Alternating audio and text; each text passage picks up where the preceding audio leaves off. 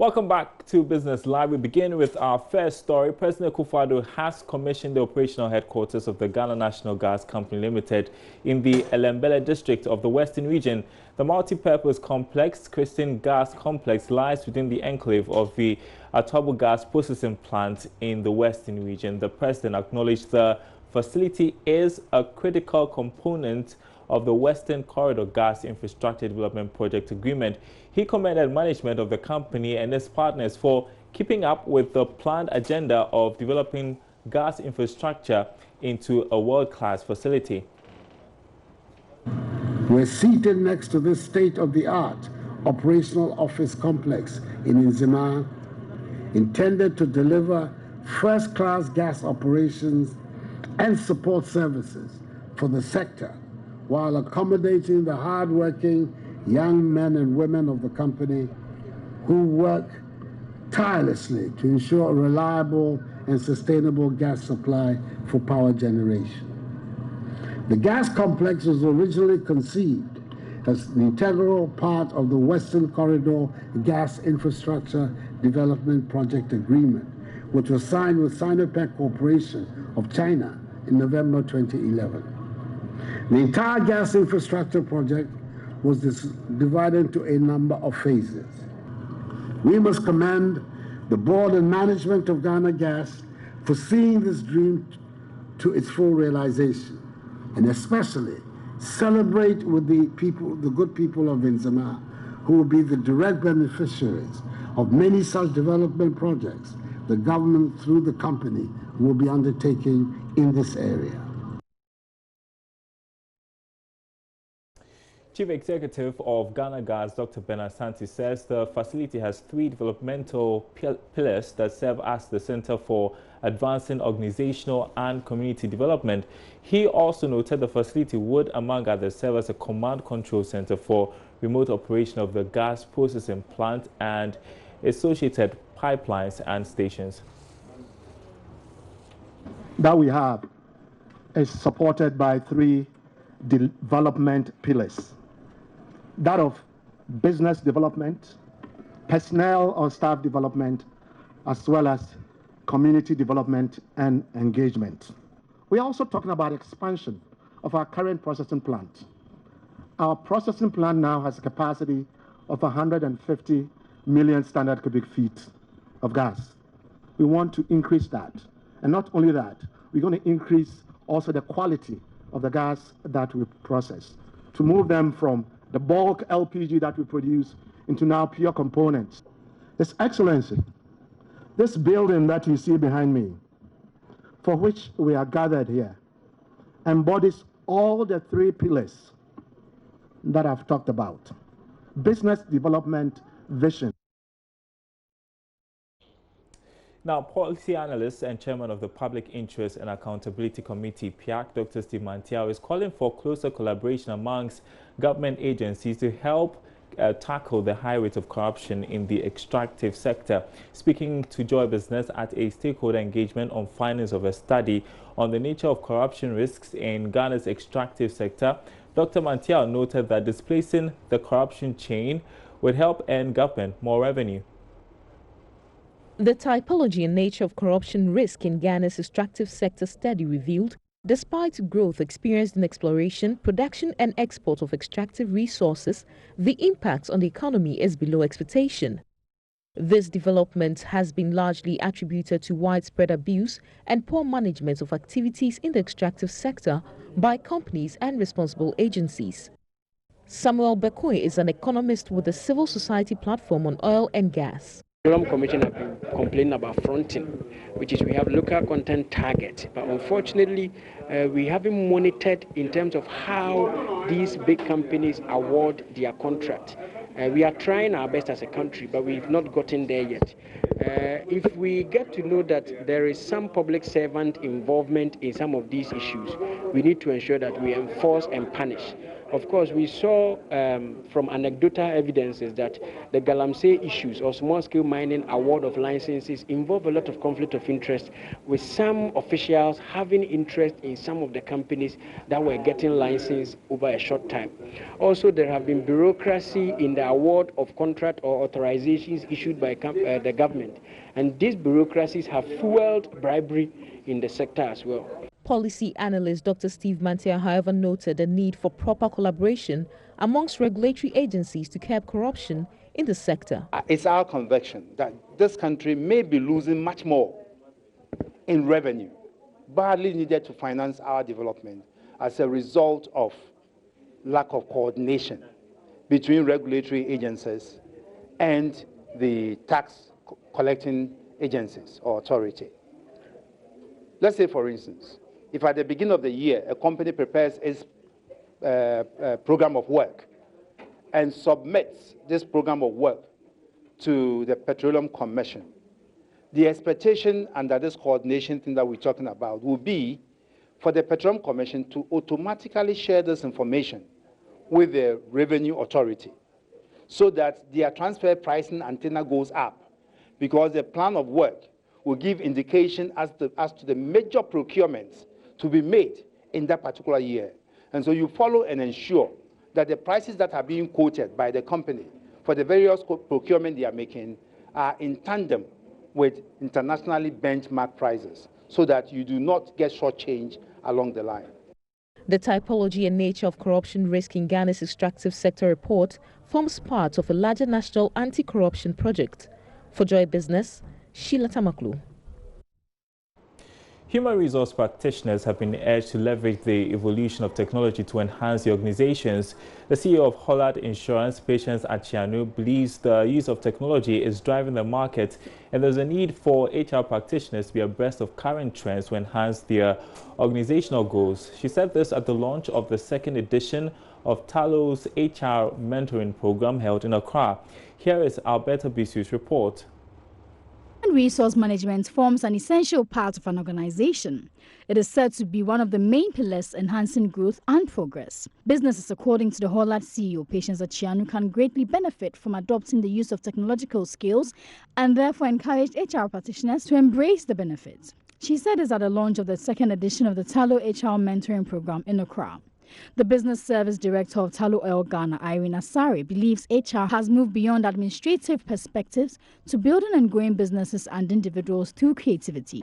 The fact that you have data about people and it's in one place. How do you access that data quickly, easily? That's one aspect that we've got to think about. I mean, we're talking about artificial intelligence. Around HR, I've talked also about virtual reality. We're now in a world where we see things, there's virtual reality. I'm told that iPads are going to be the new way forward. I wonder if, I'll give you a challenge. For example, we all have kind of iPhones or Android phones.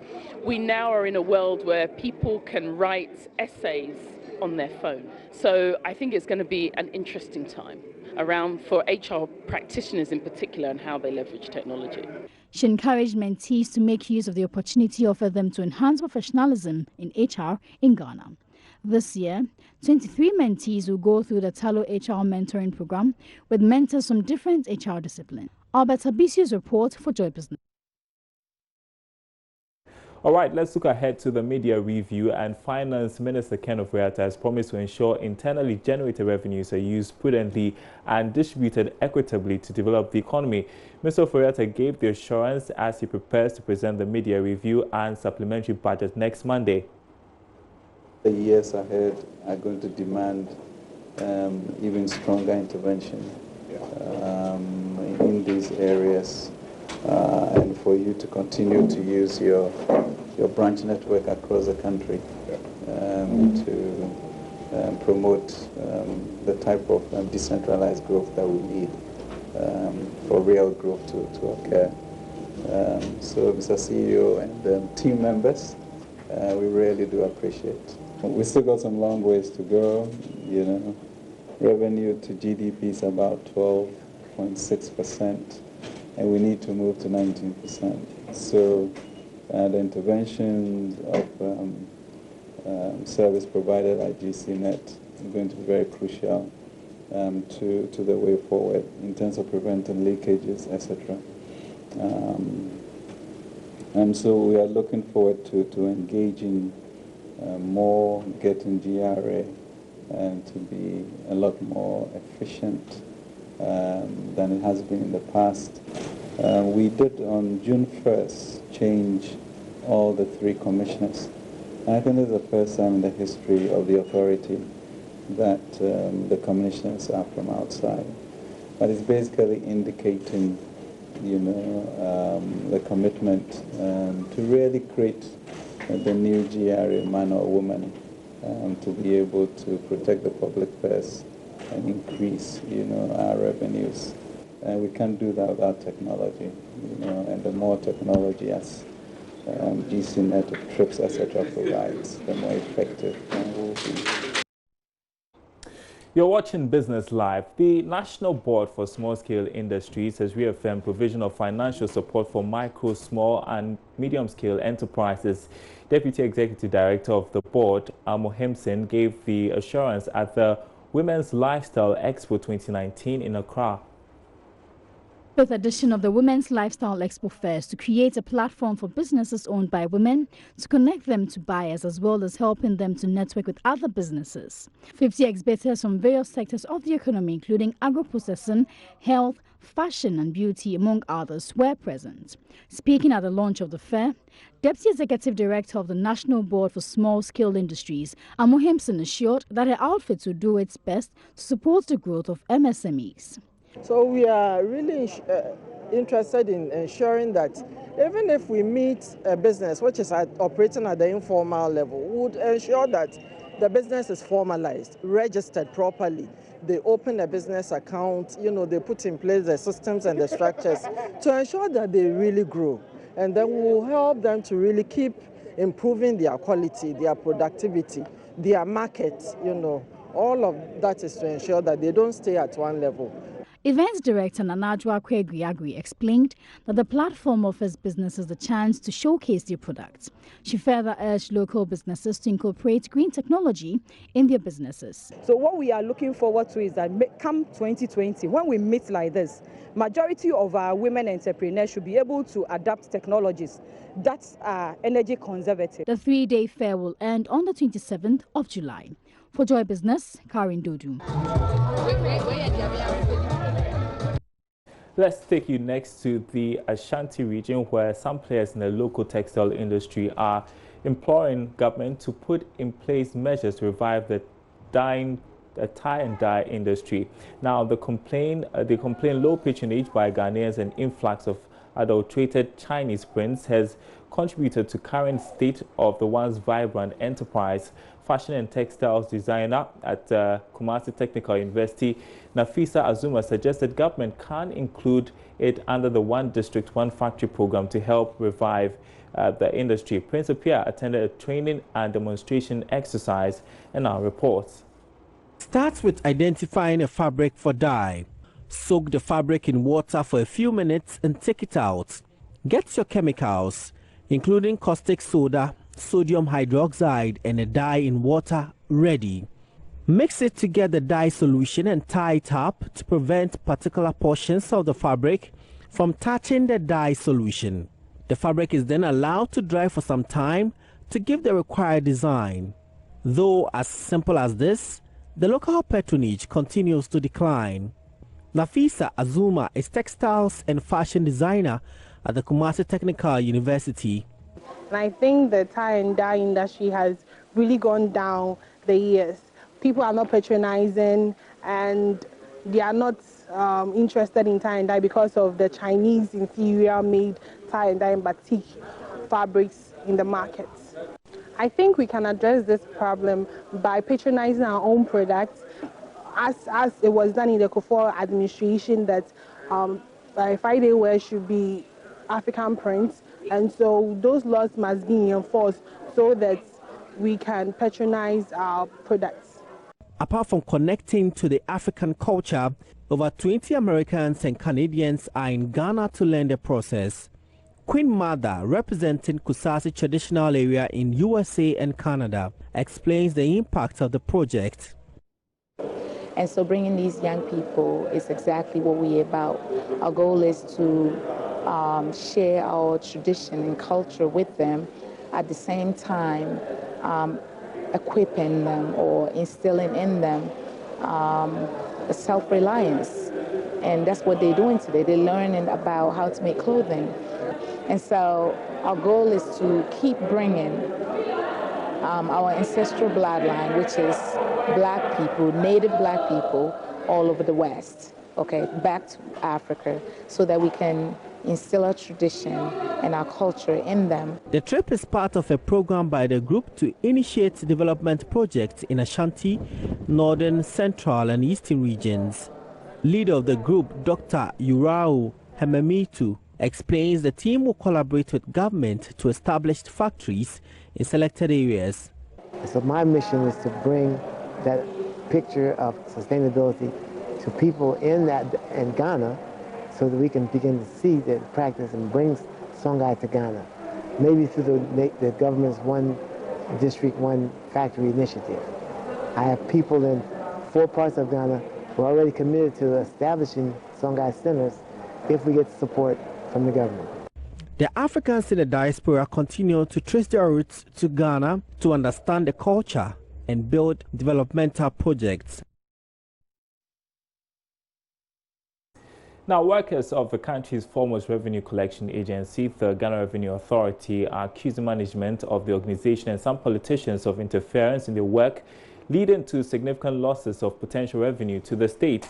They fell short of mentioning names, but said the extent of interference is such that it would make it difficult to meet revenue target for this year.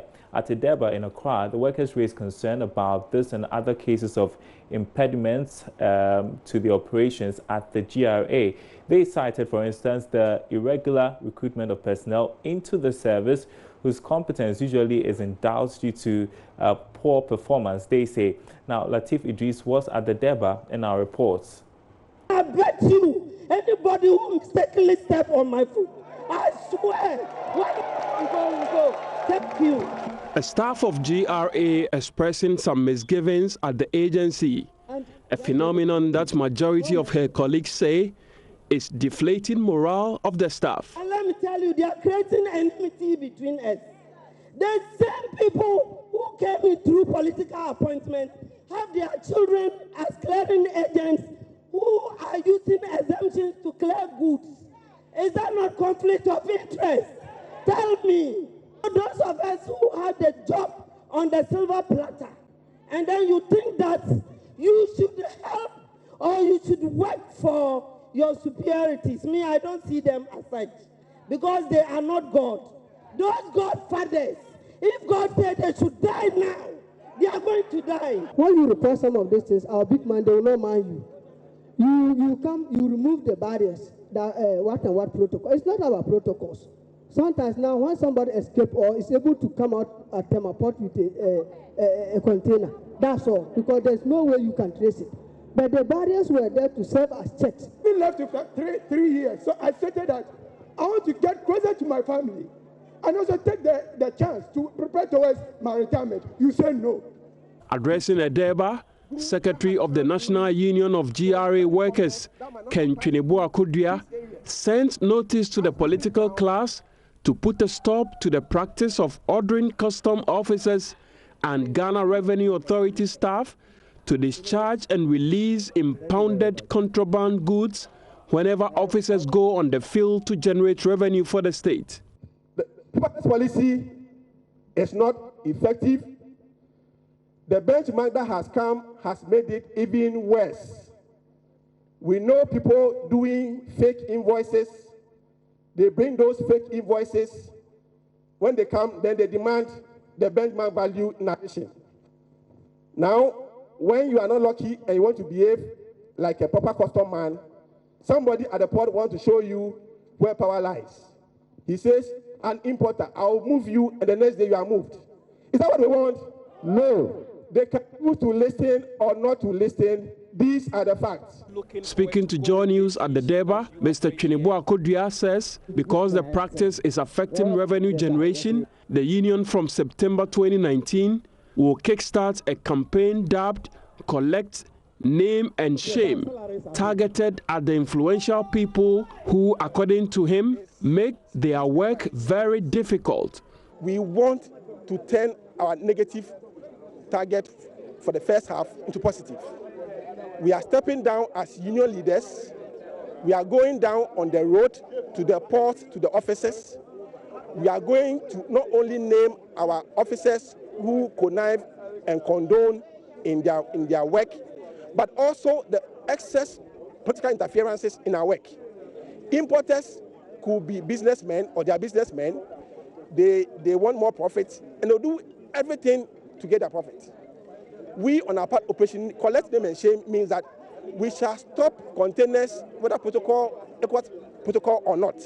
We shall inspect whether the container contains the right documents and has paid the right duties, just as officers who are also conniving with such importers will be named and shamed. We shall also name those people who are also influencing such officers to do those things.